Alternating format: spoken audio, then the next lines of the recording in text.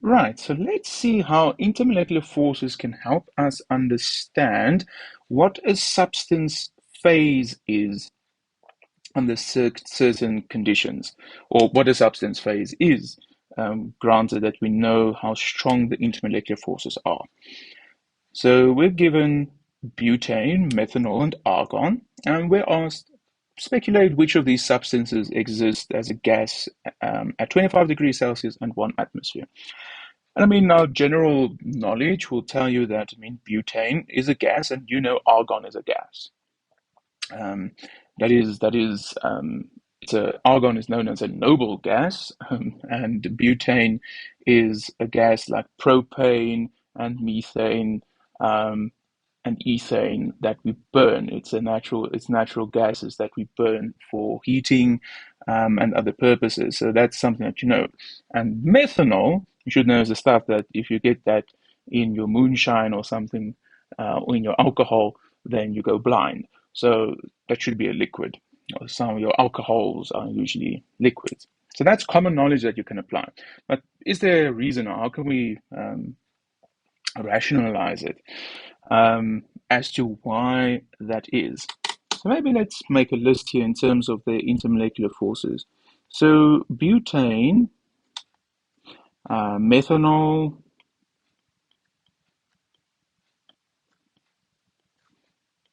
and argon. What happened to all the gas? They are gone. Okay. So butane's intermolecular forces. So butane is an alkane. There's nothing special about the alkanes, except the fact that they dirty the world.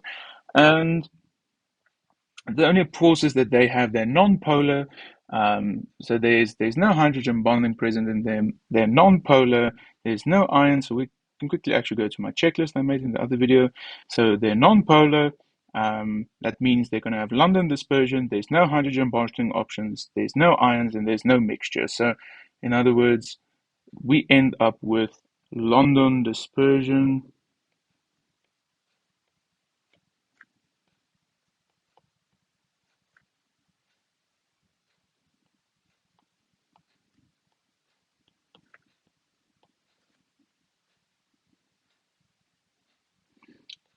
forces. And because London dispersion forces are so weak, or quite weak, they're the weakest type of intermolecular force, or induced dipole forces. Remember, so the induced dipole forces. This means you expect it to be a gas. It would make sense that this should be the gas or a gas. Right, methanol. What is going to be present? Well, methanol is something that we can write as CH3 bonded to an OH group. And this OH group, firstly, is polarizable. And secondly, we also see the molecule is polar. So the molecule is polar. There's a polar OH bond, which is OH. So if we go to our little tick list, we ask ourselves, polarity of the molecule, it's polar. So it means we have dipole-dipole forces. Is there OH and NH or an FH bond? Yes, there's an OH bond. Is it polar? Yes, it is. That means there's hydrogen bonding, because the other ones aren't relevant.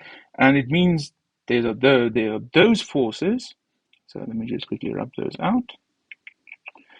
It means, come on, it means we have hydrogen bonding, plus we have dipole-dipole. And remember, all molecules have London dispersion forces in them. So this methanol contains everything butane has and two additional forces. So it would be safe to assume that this is why it is a liquid. Okay.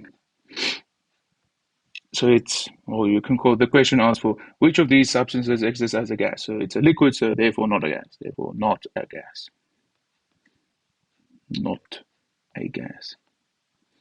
think it's always important just to remind ourselves to actually answer the questions. But anyway, the last one is argon. And I mean, argon is a noble gas. It forms um, it forms no making such a mess there. It forms no bonds. It's not xenon. It forms no bonds with itself. It's inert. So it means that it's not a molecule, so it's not can't be polar.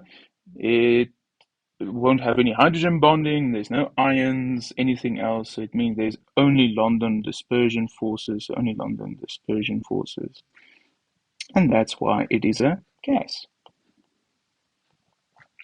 All right. So that's the basic idea. I mean, it's just not one of those quantitative examples where we can pinpoint to the exact millisecond some quantitative information. It's more a qualitative discussion of can we rationalize something? And yes, we can. I mean, we know why butane and argon are gases. They only contain or they only have London dispersion forces that keep them together sort of as a substance, whereas methanol has hydrogen bonding, dipole-dipole, and London dispersion forces. So,